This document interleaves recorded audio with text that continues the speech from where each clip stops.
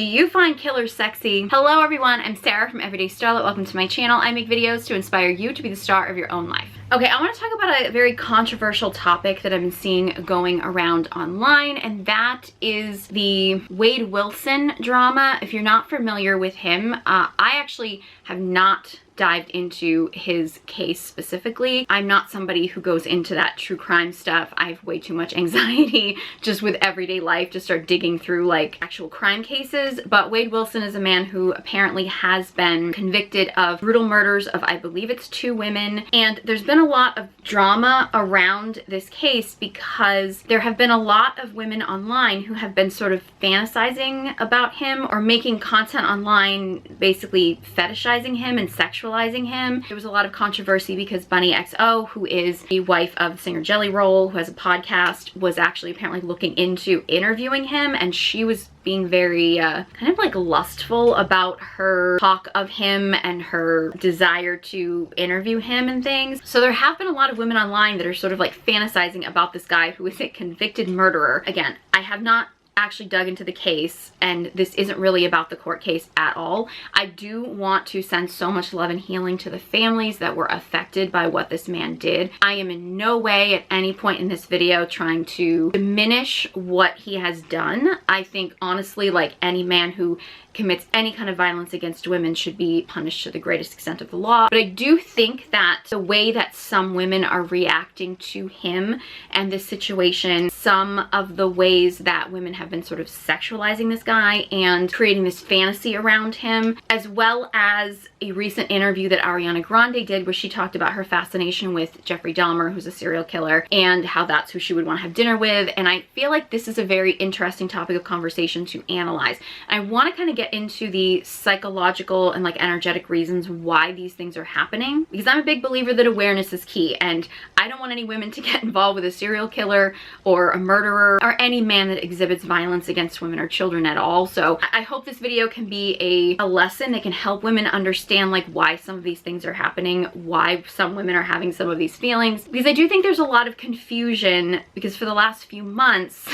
a lot of women have been saying that they would feel safer in the woods with a bear than a man, and now these women are sort of fantasizing about this man who is a known murderer, or other men that are known murderers. There are women who send like serial killers love letters and things like that. Like, the concept that women have this obsession with very violent, dangerous men is not a new concept. But I do think that when we've just had a very sort of popular conversation about women's safety in the world, I do see why now women shifting to a fascination with unsafe men is going to seem very confusing, especially to men. I want to kind of break down some of the reasons why this is happening, because I think if we understand human behavior and also like energetic behavior and things like that, I just think the more we understand about this stuff and the more we're aware of these behaviors, I think the better off we'll all be. In this video, I will be talking about masculine, feminine energies. I'm not going to get into what those are. I actually have a video I did recently about kind of the masculine, feminine energy basics. It's an updated video, but I have a lot of videos talking about masculine and feminine energies. So if you're unclear about what I mean by that, I encourage you to look at some of my other content. Okay, so the first thing I want to touch on in this video, particularly about someone like Wade Wilson,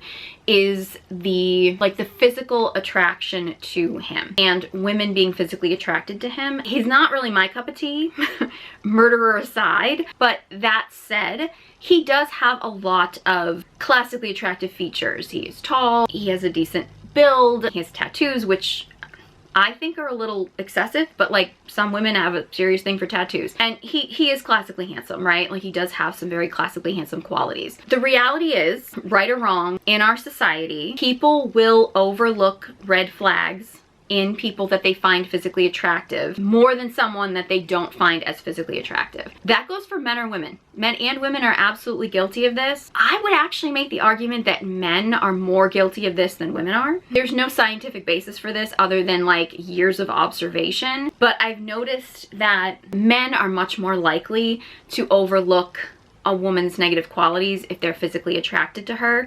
Like, even if it's something simple, like, even if a guy's like, I just want a woman who's nice to me, and then they will literally pick a woman who they're physically attracted to, who might be like the meanest person in the world, and then they wake up one day like 10 years, 3 kids and a wedding later, and they're just like, why is my wife so mean to me? It's like, well, you picked her because you were physically attracted to her.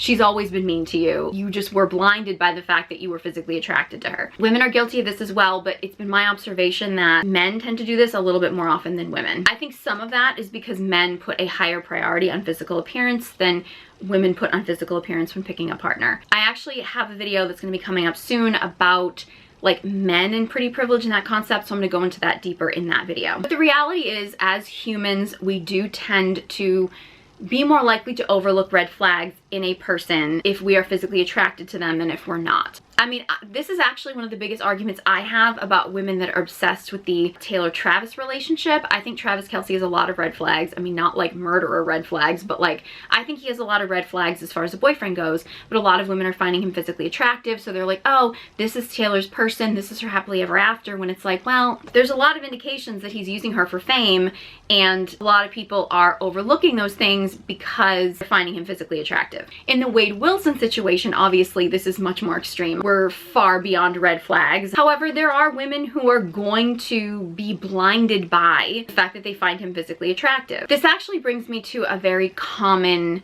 misconception that I think a lot of people have when it comes to violence against women, because I think that there's usually a message. I see this often in, like, I've seen people say this about, say, Andrew Tate, when guys will say, like, well, Andrew Tate can't be a rapist because he's an attractive man, he can get any woman he wants. Like, that's the argument.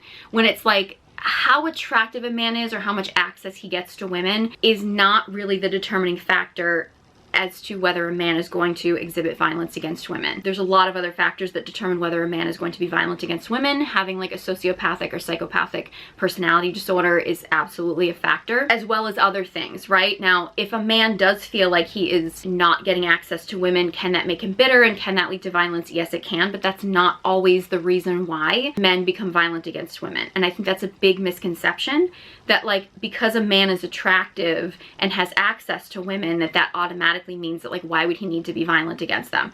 That's not the determining factor. Attractive men and unattractive men both have the potential to be violent, as well as there's some attractive men and some unattractive men that would never resort to violence against women under any circumstances. Physical appearance in a man does not determine that.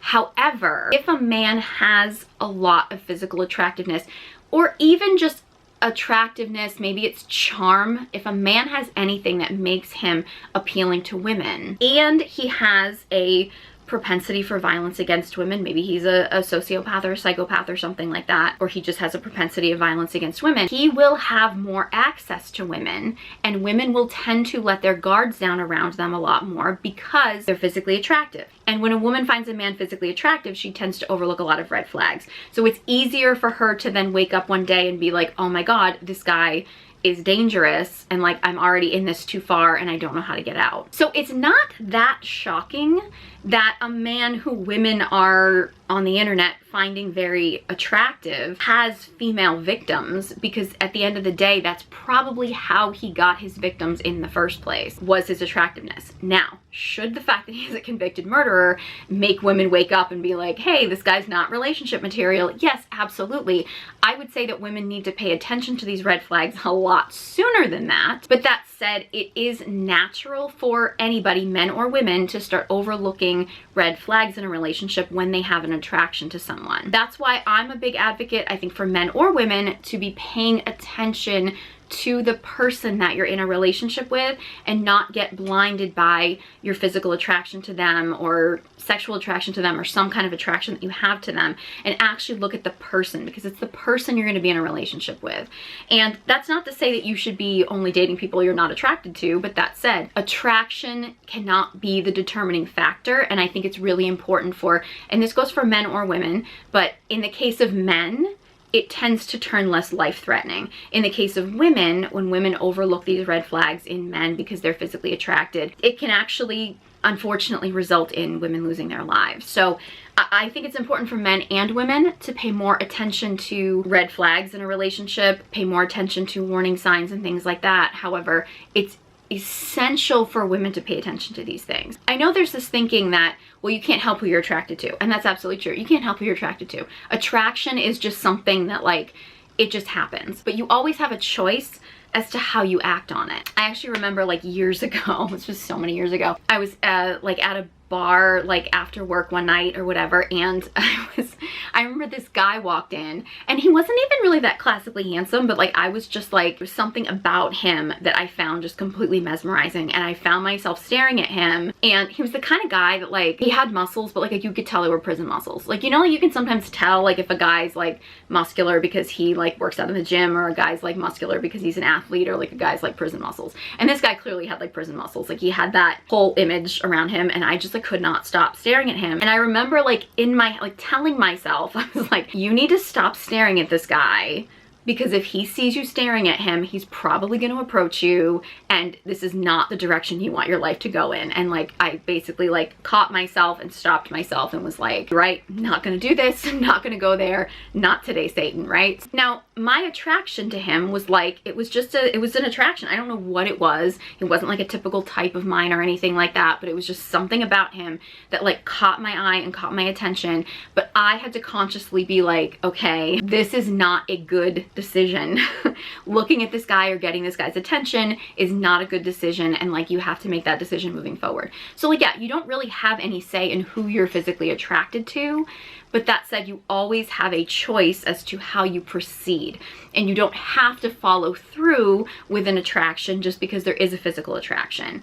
You always want to look at like the whole situation and like, is this a good situation to get into, or is this not a good situation? It doesn't matter how attractive a person is. If this person is just like not going to be a good part of your life, then don't proceed. Now, I understand in many situations you're attracted to somebody and maybe you don't know if they're a good person or a bad person, but that's why I always say, especially to women, it's important to take things slow and pace the relationship.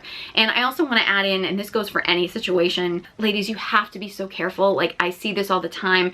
Like, you have to be so careful on dates. I want women to be safe and to be okay. Like, please don't ever, like, if you just meet a guy, especially if you just meet a guy online, like, don't tell him where you live. Like, meet him someplace, make sure it's a public place, make sure someone knows where you are. Please don't ever invite a man to your place or go to a man's place until you really do feel comfortable with him and like you've gotten to know him and you've taken the time to really get to know him. And I know there's a lot of guys who get really irritated with you because they're like, why are you assuming that you can't trust me right away? In my experience, I've never known a man who was actually like a good man get upset with a woman being cautious. The only men that get upset about a woman being cautious are men that have bad intentions. So I even remember like I was getting set up on a blind date, and in hindsight, it was by some people who I really shouldn't have trusted to begin with. And I had a phone conversation with him, and I was on the fence about it a little bit. He seemed a little bit egotistical, and I wasn't really fully sure about it, but I was still willing to go on the date with him. But I basically said I would really like it if we could set it up so that we could double with like the couple that had originally introduced us and go on more of like a double date thing. Like, just when we first meet, I would just feel more comfortable with that. Didn't say no to him, didn't turn him down. He literally flips out on me and is like, well, you know, I'm not some kind of crazy person. I'm not some kind of serial killer. Like, I don't know what the problem is. And like, didn't want to go on the date anymore. I actually ran into this guy years later. We never met in person. Like, we only talked on the phone. So like, I never saw what he looked like. Ran into him years later and figured out that he was the guy I talked to on the phone, like in conversation. He knew it was me, but I didn't know it was him. Long story, but like, he was still angry and bitter about that conversation years later. And again, I didn't turn him down for a date. I just said I would feel more comfortable if we could arrange it to be like a double date, and so we weren't just meeting alone. Still bitter and angry about it, like even years later. So when I tell you that no guy who is actually a good man with good intentions will ever be uncomfortable with you as a woman doing what you have to do to be safe and protect yourself. It's only men that have bad intentions that are going to be upset with you setting boundaries and being safe and being careful and trying to make sure that a man is safe before you proceed. So I would say, honestly, big red flag that a lot of women overlook is if you as a woman are like being safe, you're trying to be safe, be smart, and protect yourself, and a man is getting really irritated with you because he can't push your boundaries and he can't get what he wants from you, run. I don't care how good looking this guy is. I don't care how charming he is. I don't care how much money or his height, success, anything. Run. That is an unsafe man. There's a lot of other like red flags and things like that you should look out for, but like that's a big one that I want to emphasize. Okay, so I want to get into the concept of sort of like the appeal of the bad boy. And it's interesting how many men judge women who kind of are drawn to the bad boy, when in reality, the whole like nice guy, bad boy phenomenon is actually very similar to the male version of the Madonna whore complex. So I've talked about this in other videos, and I'm gonna call it the good girl, bad girl complex, because for social media purposes, they just like that language better. But it's the classic Madonna whore complex. Like, it's the good girl, bad girl, it's the virginal wife, and like the slutty mistress kind of thing, right? As I've said before in other videos, the good girl, bad girl complex in men is very conflicting, because men will put women into these two categories when at the end of the day, like, no man is truly going to be happy with either extreme. If you as a man marry like the good girl, the virginal wife, but she never has any connection to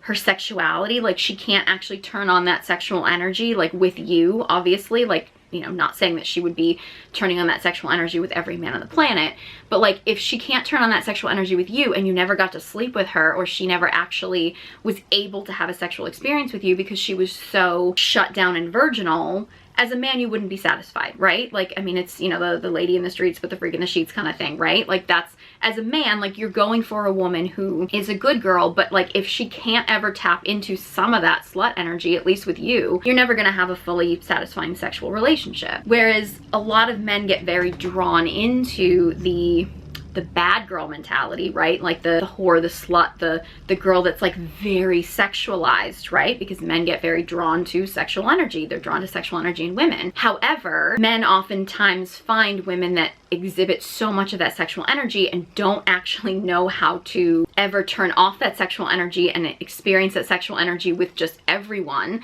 A lot of men aren't going to want that. You're not going to want the wife that basically can't stop sleeping around with everybody, because, I mean, for a lot of different reasons, right? So at the end of the day, for most men, you're not going to want like the virginal good girl or the slutty bad girl. They're going to want a woman who is able to tap into both. A woman who knows how to carry herself like a regal queen-like wife, and a woman who can tap into her sexual energy with him, ideally, right? Like, that's ideally what a man wants, is he wants a woman that's both. But unfortunately, too many men put women into these two extreme categories, and then it's like, okay, well, I'll marry the good girl, but then eventually they're like, well, I never get fully sexually satisfied with the good girl, so they're gonna fool around with the bad girl, because they've put these women in two separate categories. And as a man, you're never gonna have a fully fulfilling relationship. The woman isn't either, but like, talking about men, you're not going to have a fully satisfying relationship with a woman that can't embody both her good girl and her bad girl. It's a similar thing with the kind of like nice guy, bad boy phenomenon when it comes to men. You could think of it as like the, I don't know, the beta, or what they label as a simp or something like that,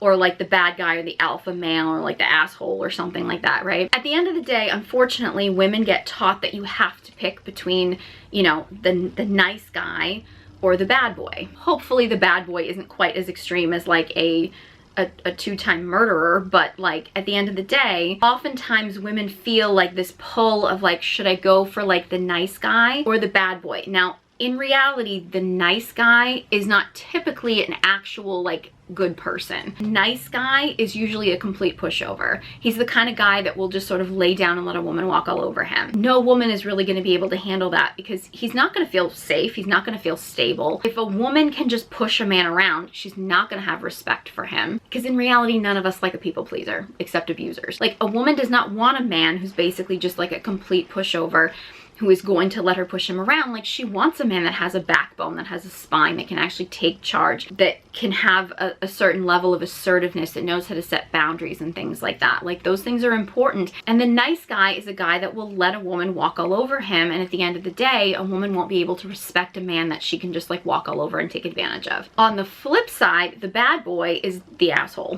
He's the guy that's going to treat her like crap. He's probably going to treat other people like crap. He's completely chauvinistic. However, he knows how to set boundaries, and he knows how to stand up for himself. Not in the healthiest way, though. And unfortunately, what women actually want is a man who is in the middle, a man who can do both. That's a good man. He's a good person. Like, he has the emotional capacity of like the nice guy. He's a good man. He's a good person. He has empathy. He cares about humanity. But he also has the ability to stand up for himself, because if he can't stand up for himself, he's certainly not going to stand up for the woman he's in a relationship with, or stand up to protect his family. He has the sort of bad boy qualities of confidence, of being, you know, being able to set boundaries, having a backbone, taking charge. The nice guy is passive. The bad boy is aggressive And in reality, what women want is like an assertive man, but they also want him to be loving and caring, but also know how to stand up for himself, how to stand up for her, how to stand up for his family. It's that middle of the road. In the same way that men are never going to be satisfied with like the fully good girl or the fully bad girl, like he's going to need a woman that can embody both her class and her sexuality. Women are going to need men that can embody both empathy as well as assertiveness. Is that easy to find nowadays? Unfortunately, no. It really shouldn't be that ridiculous, because in reality, it's healthier for people to be that way. It's healthier for men to be that like good man in the middle that's not the passive nice guy and that's not the dangerous bad boy. It's healthier for women to be able to embody their good girl and their bad girl. Like, it's healthy for everybody to be embodying these things, and it makes you more appealing to be in a relationship with. However, unfortunately, we have a society where we force men and women to fit into these extremes, and I have a lot of videos getting into this much deeper, but we encourage men and women to go to these extremes, to identify as one of these extremes, and we're never going to be satisfied in relationships embodying any of these extremes, as well as the person we're in a relationship with is never going to be satisfied with that. When talking about women and this attraction to the sort of like the bad boy extreme, if a woman is constantly surrounded by the passive nice guy, which is really just like a people pleaser pushover, eventually she's going to get exhausted from this guy who has like no backbone, who's letting people walk all over him. She's gonna flip to the opposite extreme, because it's natural for us as humans to kind of swing to the extremes. She'll end up being very attracted to a man who's probably a really bad guy, like a really dangerous man, because at least that guy has some sense of like aggression, of actually like doing something, usually something toxic and dangerous, but unfortunately it's like, well, at least he's not just this passive guy. It's not a healthy extreme to swing to, because at the end of the day, what we want as women is a guy that can embody both the nice guy empathy while also the bad boy like assertiveness and action and things like that. Like, if you could literally mesh an alpha and a beta together, like that would be the ideal man. I mean, if you can take the best qualities of a simp and the best qualities of an alpha male and mix them together, like that's what women want. It's not that complicated. I know men try to make it a lot more complicated, but it's really not. Like, just be like a good person with empathy and caring, but also know how to stand up for yourself, and you'll be a better man because of it. Like, it's not like women are asking men to do something that isn't going to make them a better man. Like, if you become that type of man in life, like every area of your life will get better. Like, people want to do business with a man like that more than they would want to do business with, you know, a bad guy or a passive nice guy. At the end of the day, it just makes you a better person. But in the case of women, unfortunately, where we do have a society where things get so split, right? Like, and I've talked about this before, like most men don't actually have healthy masculine leadership anymore, and that's in father figures or just in role models in general. And because we have this serious lack of healthy masculine leadership, a lot of men they're either getting into what I would say a very wounded masculine, and being a two-time murderer is like the extreme of wounded masculine. Like, that's just like as much of a wounded masculine as you can get. Or they tend to be in their wounded feminine energy, where they really just let people take advantage of them and let people walk all over them. And at the end of the day, men need to learn how to step into their healthy masculine energy, which is really what women want. But unfortunately, a lot of men don't get guided into that, and it's not that uncommon for men, especially when they're young,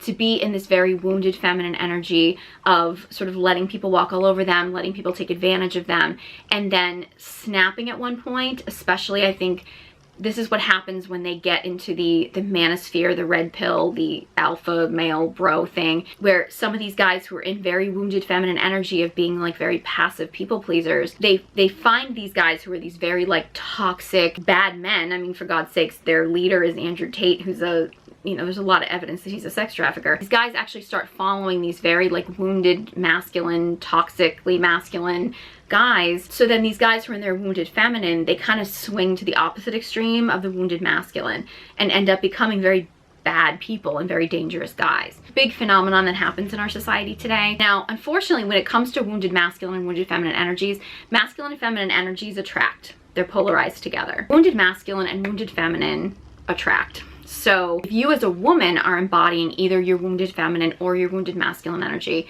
you're going to tend to attract a man who's either in his opposite energy but wounded.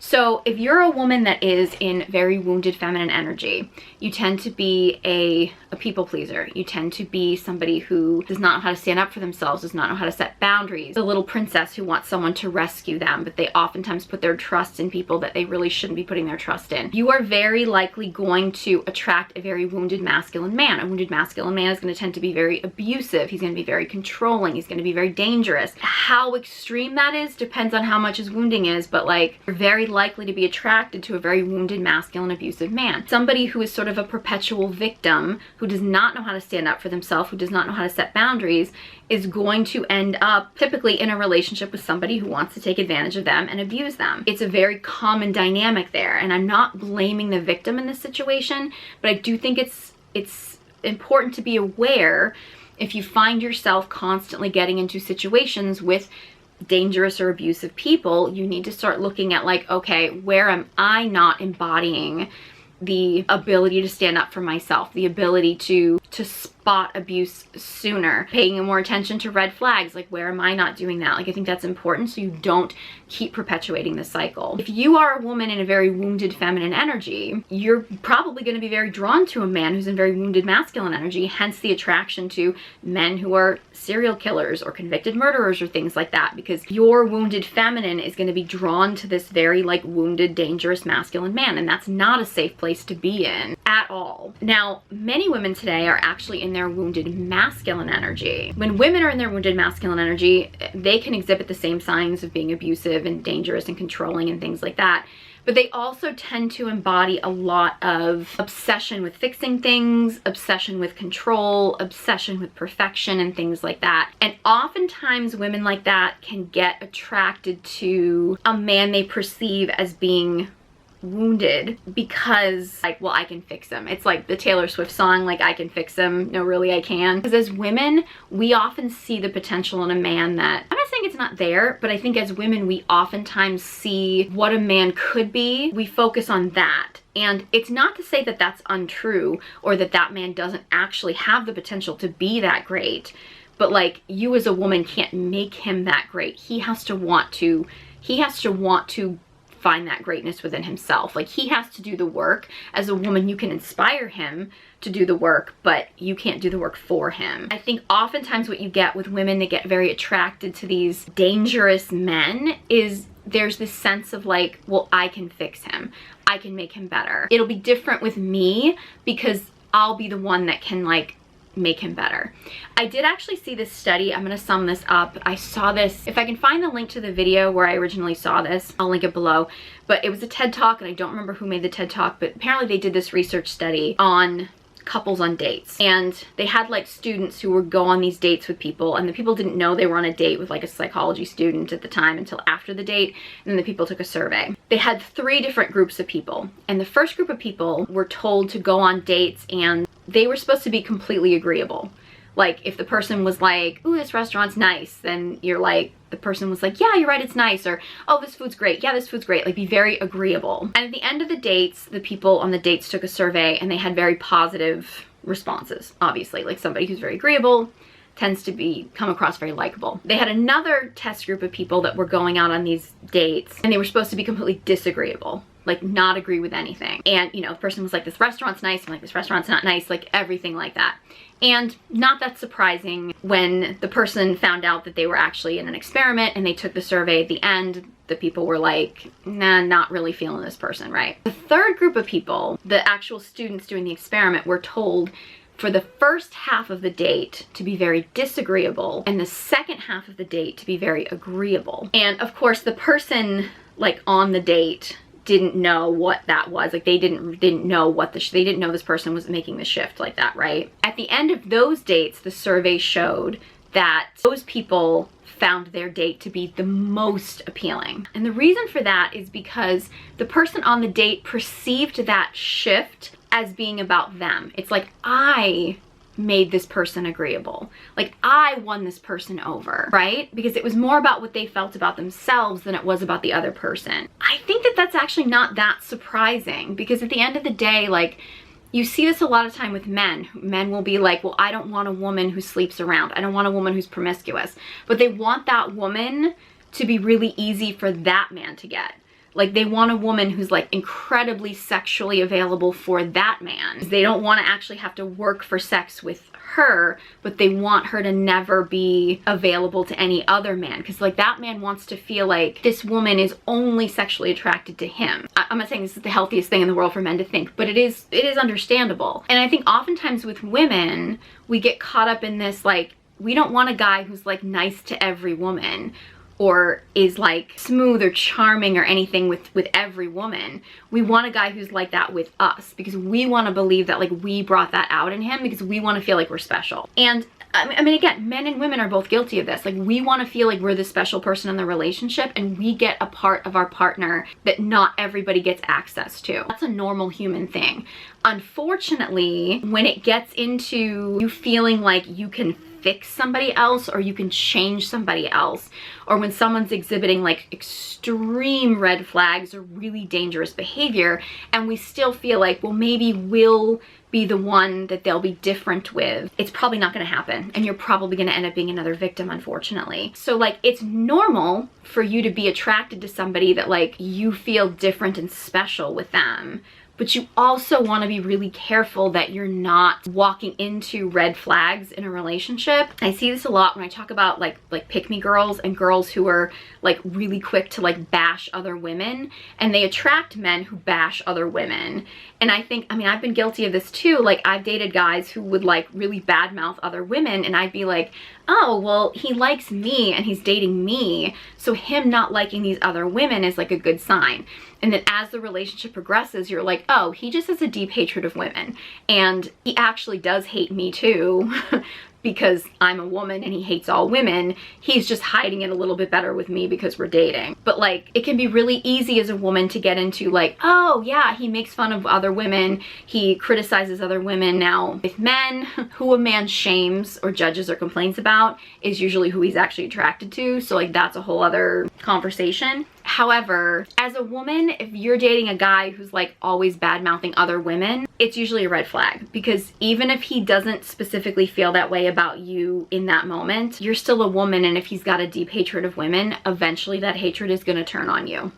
It's inevitable. The final thing that I want to talk about with this whole Wade Wilson or the women being obsessed with serial killers and that concept is dark feminine energy and like sexual fantasies. I actually touched on this topic in a couple different videos. I think it was my Belle du Jour breakdown and also my 50 Shades of Grey film breakdown. It's actually really natural for women to have very dark sexual fantasies, and that's normal, and it's actually quite healthy. I know there were a lot of people that when the Wade Wilson thing started coming out with women kind of like sexualizing and fetishizing him, a lot of women were blaming like book talk, which I guess I'm not really that familiar with book talk, but I think it has something to do with more with like erotic novels and things like that, which kind of ties into the 50 Shades of Grey thing and stuff like that. Women having very dark sexual fantasies is totally normal. In fact, I was actually listening to a lecture by David Data. If you're not familiar with him, he wrote The Way of the Superior Man and a lot of other books about like the masculine and the feminine and things like that.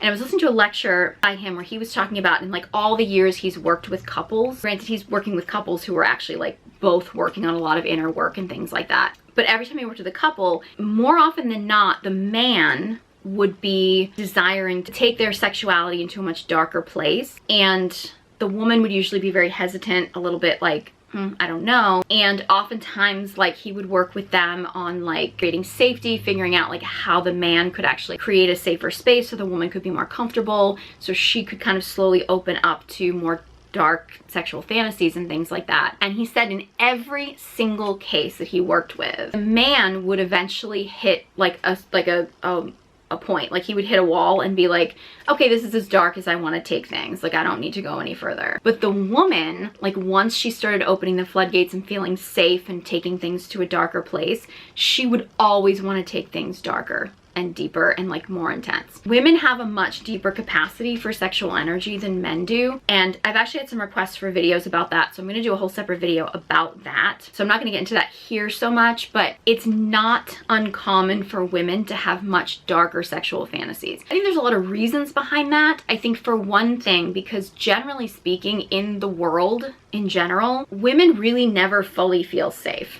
Like, I don't think that men will ever fully understand to the extent that women just do not feel safe in the world. Like the extent of precautions that women have to take, the extent of awareness that women have to have of the world around them. Women really never get the opportunity in life to fully feel safe in their body. So a woman's sexual fantasies are really the only place where a woman can really let go and feel safe. I would say, generally speaking, that for most men that have a certain sexual fantasy, like I think most men, if they could actually pull off their sexual fantasy in real life and like not have any consequences, and like they could actually like make it happen in their life, they probably would. Whereas most women's sexual fantasies are things that they would never experience in their life, because most women would never be able to fully feel safe enough in their body or with a partner in order to fully explore those sexual fantasies. Now, I'm not saying that there aren't women out there who get really crazy and do explore certain sexual fantasies, but for the average woman, most women are never going to be able to fully explore that, because they're never really going to be able to feel that safe, and are probably never going to be able to find a partner that they feel that safe with, which I think is one of the reasons why if a woman does feel very safe with a sexual partner, they're so much more likely to go so much deeper and darker, because they have that opportunity to explore some of these darker things in a safe place. And that's unfortunately just so rare nowadays. So like the concept of a woman fantasizing about a man who's a very dangerous man is not unusual. Now, should you be going on social media and telling the world that you're sexually attracted to a guy who has brutally murdered people, who still have family members out in the world and whatever? No, I mean, I would say that's in bad taste. But it's normal for you as a woman to have very like dark, twisted sexual fantasies. And I'm just going to scratch the surface of this, because this is like a whole big topic in itself, and I have covered this in a few other videos. But oftentimes when you're a woman and you're exploring like a really sort of like taboo or dark sexual fantasy, it doesn't mean that you actually want to experience that sexual fantasy. It doesn't mean that you actually like want to sleep with a murderer. Rape fantasies are very common with women. That doesn't mean that you actually want to experience that, because for one thing, fantasies are always consensual. So when you have a fantasy about like a non-consensual situation, you're still consenting to it because like it's in your head. Our fantasies are always consensual things. So you can take a non-consensual situation and you can make that fantasy into a consensual one, right? Which oftentimes, especially if you're a woman who has experienced some kind of sexual trauma, that can be very healing. I'm not going to dive into sexual trauma and sexual fantasies and stuff. That's a whole other topic for like a whole other video. But like that is common, right? Like if you're in a fantasy and you can fantasize about these things, but you can recreate the story, you can rewrite the story, and you're always offering consent. Like even if you have a fantasy that involves non-consent, you're still consenting because it's your fantasy. You're creating the scenario and you're creating the conditions and you're creating the space, right? Because it's your fantasy in your head. But like oftentimes when women have these very dark, twisted sexual fantasies, it's symbolic of something deeper. Very often if you're a woman who has, say, and it's a very common fantasy for women is like the grape fantasy. That's probably not actually a sign that you want to experience that, because that's most women's worst nightmare. So like that's not necessarily that you want to experience that. But again, if you're a woman who's living in fear of that all the time, which many women are, or you're a woman who's experienced that, sometimes having a fantasy about it can create the scenario where it is safe, or you can rewrite the story in your head. So like that kind of a fantasy is normal. However, it can also be a sign that you as a woman are kind of looking for somebody who can, I want to choose my words carefully here, force you to surrender. Because oftentimes as women, we get stuck in our heads, right? Like we don't get a chance to let go, because as women today, have this need to be in control. We always have to be, again, we always have to make sure we're being safe. We always have to make sure that, everybody else is taken care of. We have to micromanage everything. We have to be running our careers and stuff. And it's not that uncommon for a woman to have a fantasy about being forced to let go and like forced to not have a choice, so to speak. Because as women, if you spend your whole day trying to make decisions and make choices, having a fantasy about a partner who takes that choice away from you so you don't have to make that choice is normal. That doesn't mean that you actually want to be assaulted. It doesn't mean that you don't want consent to sex or anything like that. It's simply in your fantasy world, you're like, oh my God, isn't this so great that somebody else is making the choice for me. I'm not saying that that's what's actually going on with the serial killer thing, but I think oftentimes women can fantasize about dangerous men because they symbolize something in a woman's life that she's missing. Not that they actually want to sleep with a murderer, but that this man may symbolize something in her life that is lacking, and her sexual fantasy is somewhat fulfilling that aspect of her life it's lacking. You don't have to overthink your sexual fantasies if you don't want to. You can just enjoy them if that's what you want to do. And whether or not you choose to actually like live out your sexual fantasies is your choice, and as long as you're a consenting adult, do what you want. But I do think it can be kind of interesting to explore if you are finding yourself having a sexual fantasy about something. Like, it's very common for women as feminine beings, like women desire to be filled. We want to be full of love. We want to be full of, like, we want to be filled with things. So like, it's not that uncommon for women to have sexual fantasies about multiple men, because that they can be even more filled, right? Like, that's a very common thing. Doesn't mean that a woman actually wants to experience that. Some women do, and if that's your thing, that's your thing. But you don't actually have to do that. It's probably a sign that you are feeling like you want more fullness in your life, right? And I think it's also very similar to, like, there's kind of the stereotype around the really powerful, like, alpha male, like the guy who's like the really like powerful like businessman who's like always in control, always in charge, like always in power and everything, who then goes to a dominatrix who basically like degrades him and is like dominant over him and stuff. It's a sign that he's like, oh my god, I want one area of my life where I can just like release and surrender. It's normal, right? I mean, I'm not necessarily saying you should be going out and hiring a dominatrix.